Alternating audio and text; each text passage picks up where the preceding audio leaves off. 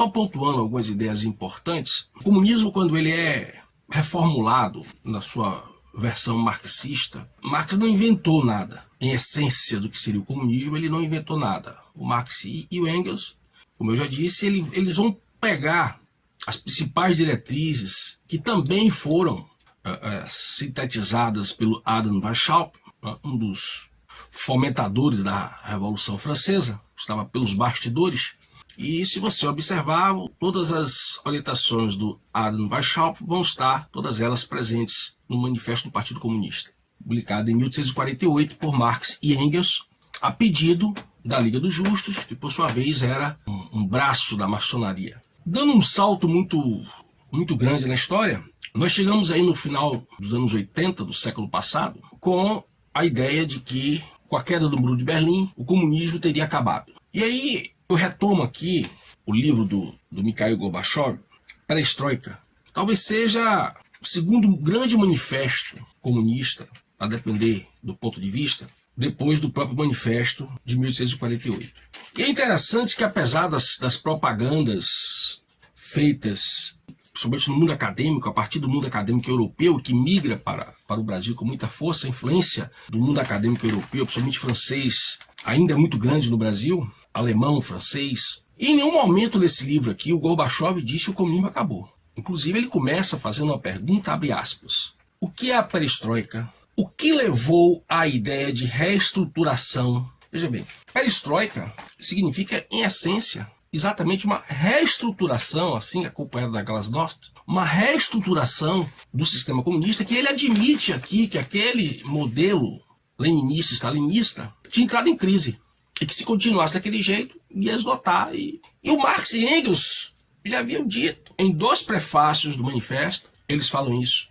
Uma vez, na primeira vez, Marx ainda está vivo, na segunda vez, Marx já morreu, o Engels está sozinho, ele repete de novo a mesma lição do Marx. O comunismo tem que se adaptar, senão ele vai morrer. Daí porque os revisionismos, daí porque a escola de Frankfurt, daí porque tanta tentativa de readaptar. E uma coisa grandiosa que eles fizeram, grandiosa no sentido de enaltecer o sistema, foi exatamente a criação de uma segunda etapa entre a revolução sexual e a revolução política. Diz que a revolução política ela só pode acontecer via a revolução sexual. Primeiro é desenvolvida a revolução sexual, a revolução dos instintos. As pessoas precisam odiar para revolucionar, isso inclusive é afirmado por Lenin, para que possa acontecer a revolução política. No século XX eles criaram um segundo momento entre esses dois. Entre a revolução sexual e a revolução política, eles criaram a revolução cultural, que é o que tanto se fala hoje. E aí tem uma grande participação dos autores e dos herdeiros desses autores da escola de Frankfurt. Se não havia mais espaço para a dialética burguesia-proletariado, vamos criar minorias oprimidas que vão fazer o papel do antigo proletariado e destruir o que existe. Destruir essa sociedade que existe, ocidental, fundada na moral cristã,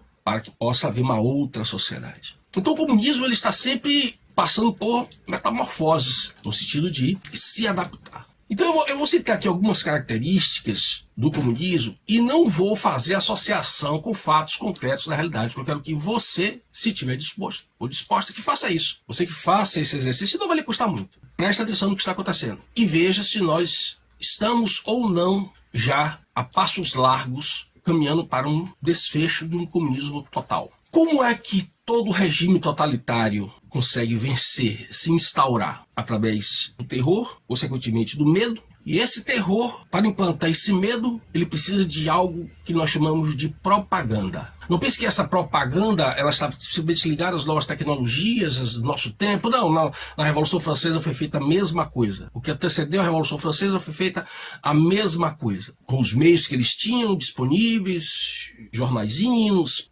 panfletos, discursos, foi feita a mesma coisa. Por que a importância da propriedade privada e qual a relação entre a propriedade privada e a liberdade? Quando os filósofos modernos defenderam a liberdade e a propriedade privada, associaram uma à outra, é exatamente pelo fato de que, sem a propriedade privada, nós estamos automaticamente subordinados e reféns do Estado. Então, a partir do momento que a nossa propriedade privada ela é questionada, a nossa liberdade está ameaçada também. Só que aqui no Brasil se trouxe os professores marxistas, que não são poucos, ou de má fé, ou com pouca cultura, trouxeram a ideia de propriedade privada como ligada à produção capitalista. Quando os naturalistas estavam falando da propriedade privada, a primeira propriedade privada, e esta sim nos relaciona imediatamente com a nossa liberdade, é o nosso corpo. Por isso que eu preciso ser livre para produzir. O que eu produzo pode ser tudo meu, o que eu produzo pode ser uma parte do meu patrão, uma parte minha. E aí, consequentemente, o que eu posso adquirir com o meu salário, com a minha remuneração, é aquilo que me dá algum tipo de liberdade frente ao Estado. Por exemplo, eu posso comprar os livros que eu quero.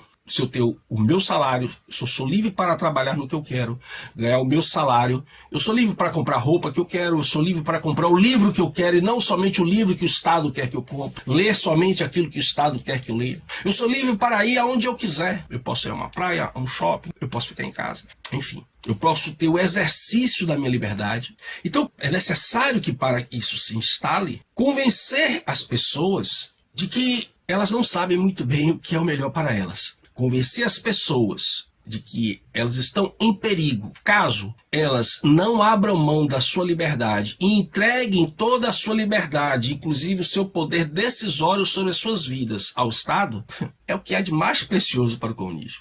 O Estado é meu guardião. O Estado sabe o que é melhor para mim, e o partido que comanda esse Estado, ele sabe o que é melhor para mim do que eu mesmo. Para isso eu abro mão da minha liberdade, para ele salvar minha vida. Isso tudo depois de uma política de terror e de medo que faz fundamentalmente com que as pessoas percam a capacidade de raciocinar e entender a realidade. A engenharia social que se aplica hoje, ela não é uma mera especulação filosófica ou até mesmo pseudo-filosófica. O que está se fazendo hoje há muito tempo, que se chama engenharia social, é a aplicação de conhecimento gerado em laboratório, em estudos sobre o cérebro, sobre a mente humana, como funciona esta relação entre cérebro e mente, como o nosso cérebro pode suportar durante muito tempo ou não contradições, como condicionar o nosso cérebro a ter medo e fazer com que nós venhamos mesmo a nos ajoelhar perante esse Estado e esse partido salvador que vai salvar a minha vida e me trazer o bem-estar que eles acham que é o bem-estar para mim. Então, ainda para tudo isso, é necessário criar o quê? Uma confusão. É necessário confundir. Eu só posso perder o meu senso de realidade e, por consequência, o meu livre-arbítrio, uma vez que esse terror e este medo, através da propaganda, me levam a uma confusão mental. Isto me impede de perceber a realidade.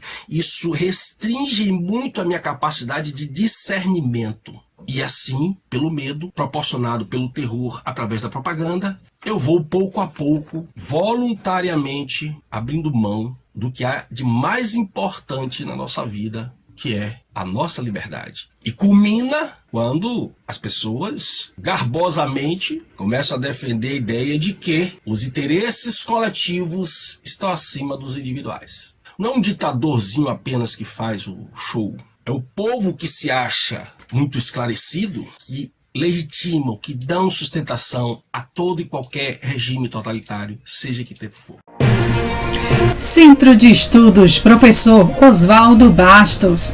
Projeto Educação, Ensino e Cultura.